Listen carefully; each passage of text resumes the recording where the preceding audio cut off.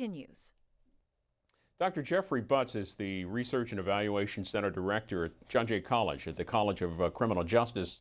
Joining us from New York this morning, Jeffrey Butts, welcome to Washington Journal. Thank you. Happy to be with you.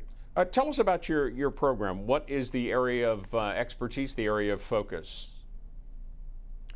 Well, John Jay College focuses on criminal justice, but it's a full-service college we have students that study history and English and political science, chemistry.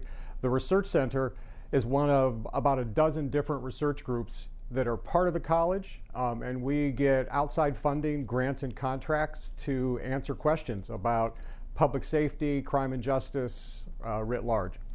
The rise in the murder rate during the pandemic isn't new news. People know this. We're having you on this morning to help, if we can, explain it. What's going on in the United States? Looking at the numbers from the FBI and from Pew Research, the homicides in the U.S., murders in the U.S. In 2019, there were nearly 17,000, 16,669, a 29% jump, I should say, in 2020, 21,570. Is there any early indication as to the primary causes for that jump, Jeffrey Butts?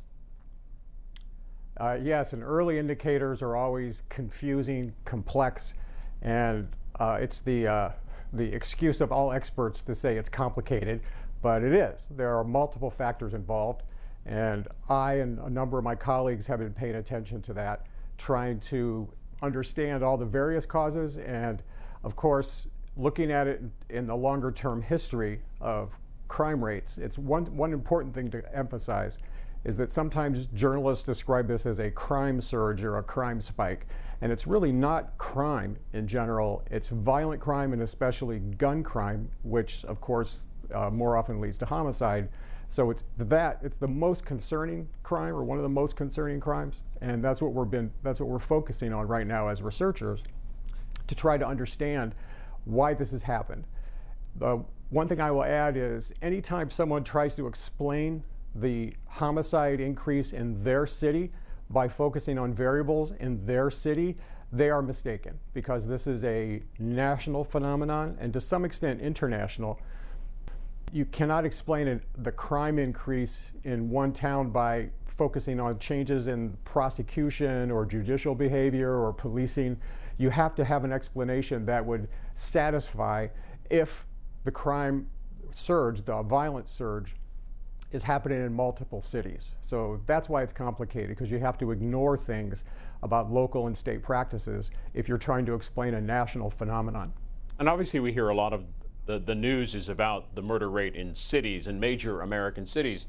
But looking at Pew Research, for example, it's interesting to note that the biggest jumps in states of where the murder rate has gone up, murder rate increasing in 2020, some of those states are very rural and sparsely populated states. Montana, South Dakota, there's Kentucky, New York, and small Delaware here are the states that saw the biggest increases in murder. Again, it's early, but what should we make of that?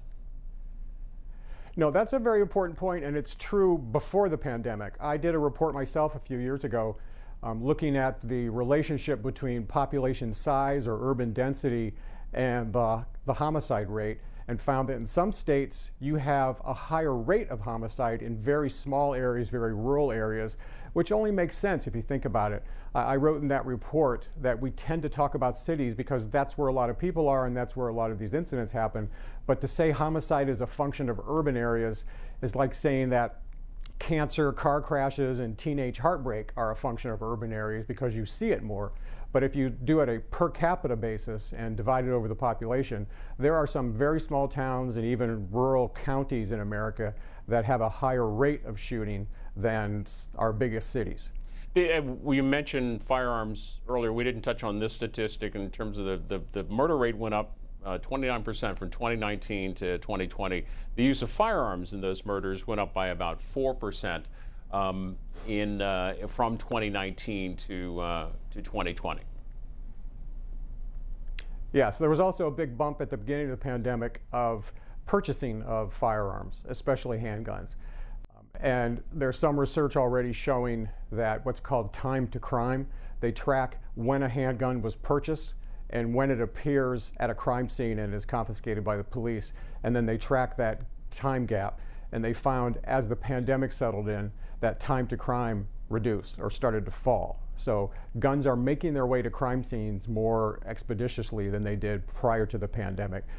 And that's all very concerning. This country needs to deal with the gun problem. We have been avoiding it for decades, and I don't know how we get ourselves out of this situation unless we start to have political officials that have the courage to deal with the gun problem and not just pander to the issue for political gain. I've been in this field for 30, almost 40 years now, and it's as bad as it's ever been in terms of the politics of crime and justice. The murder rate, the historic high of the murder rate, hit a historic high in the mid-70s at 10.5%. So the current murder rate, while it's high, it's a big jump from 2019 to 2020. Its current murder rate per 100,000 is 7.8%. And there's that previous high back in the 1970s. Was that largely driven by drug crime? That's one theory, that the nature of drug crime, one of the theories about why homicides declined as of the 90s, the 1990s until about 2015, is that the nature of the drug trade changed. That in 1985, if you wanted to earn money by selling drugs, you had to be out on the street exposing yourself to the risk of arrest and prosecution, and so people tended to have firearms on them when they were doing that. With the onset of mobile communications and texting, there were more drug trades that were done off the street in private, so there was less risk, less public safety risk, and the incidence and use of guns as part of the drug trade declined. I don't know if that's defensible or if that's the reason. There's also another theory that the nature of the drugs themselves changed, that with crack, if you remember the crisis of the 1980s and 90s, right. Crack was sold in very small quantities, it was very durable. Prior to that, that drug was only available in powdered form, and it was just more vulnerable to all kinds of problems when you're selling powder. So they hypothesized that the onset of crack as the main drug product also changed the drug trade. But I think the correlation between drugs and violence, while significant and important, it's not the explanatory factor. We have to look beyond those time-varying causes and think more broadly with all the variables we can to try to explain the phenomenon. But the one thing you have to pay attention to is with the onset of the pandemic, it is an international phenomenon, and a lot of countries experienced increases in disorder and social and civic disruption. But America always stands alone in terms of the prevalence of gun ownership and the use of guns. And what the pandemic did was erode the civics infrastructure and just patterns of behavior that were helping to maintain public safety. And when that happens, we see guns increase. We see the use of guns increase like no other country does. And did we see other crimes increase other than homicide in the United States by a similar amount? There's some indicators that intra-family violence also increased. But not all crimes went up. Some crimes are down. If you think about what the pandemic did in the early days of it, the lockdowns, the street life was disrupted, so things like burglary and robbery actually declined. Drug crimes, it's harder to track that. But some of the interpersonal violence, even assaults, the typical assaults, went down. And when we talk about violent crime, the federal definition of violent crime includes homicide, armed robbery, aggravated assault. So it's a mixture, and some of those, the big volume of that overall index is aggravated assaults. And if they go down, the overall crime number goes down, while homicides, and especially firearm homicides, could go up.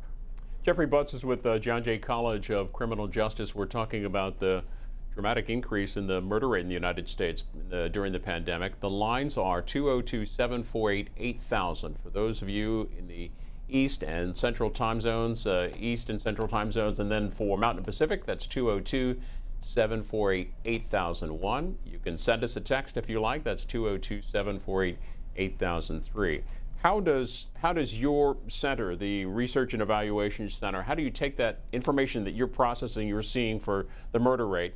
How's that used for law enforcement or other agencies that are involved in fighting crime or preventing crime? Yeah, it's a big challenge. The timing of the pandemic happened to coincide with one of the most significant changes in federal crime statistics that we've seen. For years, since I've been in this field, people have been commenting that the major data source for national crime data is called the Uniform Crime Report from the FBI. And that was based on what they call the summary reporting system, so that every city catalogs, compiles its numbers, turns them into their state police headquarters, and the state then hands it over to the FBI, who combines it all. But that makes it sound very orderly. The problem is we have a lot of states that define crimes differently. They have different thresholds for felony versus misdemeanor. They even can define things like violence differently in terms of when you call something a violent crime. And that system also was not mandatory, so a lot of states sometimes failed to report. And what we call that is a sampling problem, so that from year to year, researchers like me had to correct for the varying sample every year. So maybe 80% of the country would report, or 85%.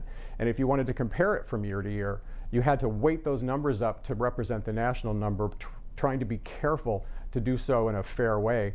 That whole system is now going away because the FBI, rightly so, decided to create a whole new system called NIBRS, which stands for the National Incident-Based Reporting System, which has much more detail. For the first time, that NIBRS system allows us to know the relationship between victim and offender. So if there's a violent crime, we know if that was a personal relationship, a stranger. It has information about the use of a gun, if a gun was involved. That is very important for understanding national crime trends. The problem is that the FBI, after cajoling states for years to participate in NIBRS, they announced that they were going to shut down the other system and switch entirely to NIBRS, and they did that in the last couple of years. And some states have yet to comply, which means that sample has become more problematic. So some states are not yet turning in, or some cities are not yet turning in data that's compliant with the NIBRS framework, and it's just complicated national crime trends to no end. A question from you on Twitter.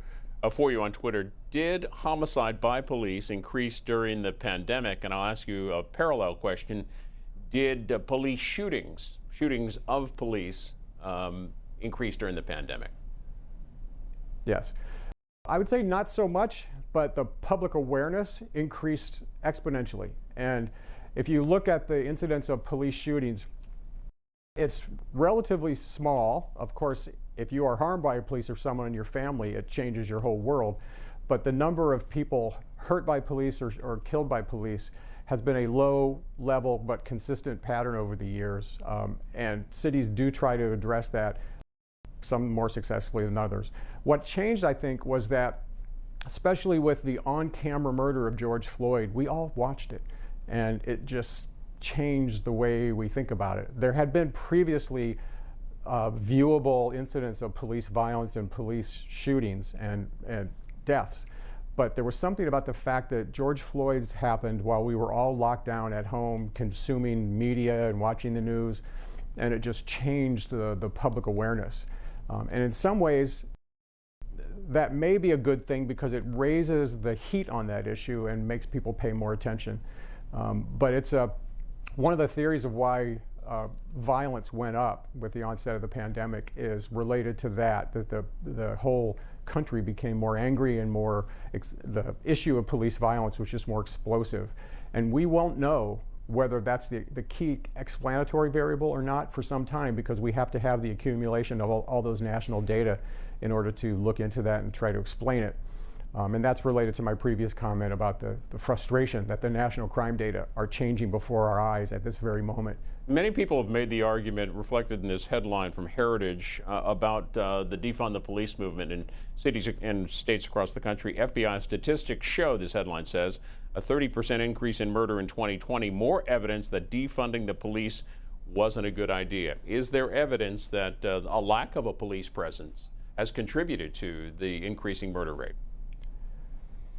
Yeah, and even friends of mine will say this.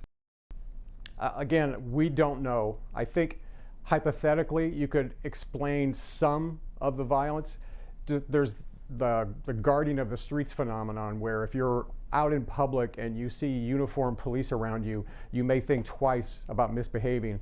And so there's the theory that if police are facing criticism or sick outs, a lot of police stayed home due to COVID, that could increase the temptation to commit crimes out in public.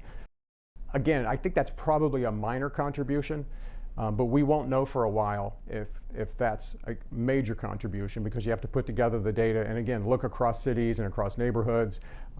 It sounds appealing rhetorically, but the problem with the whole crime phenomenon and the whole research on crime is that people often settle for an influential argument as opposed to an accurate argument.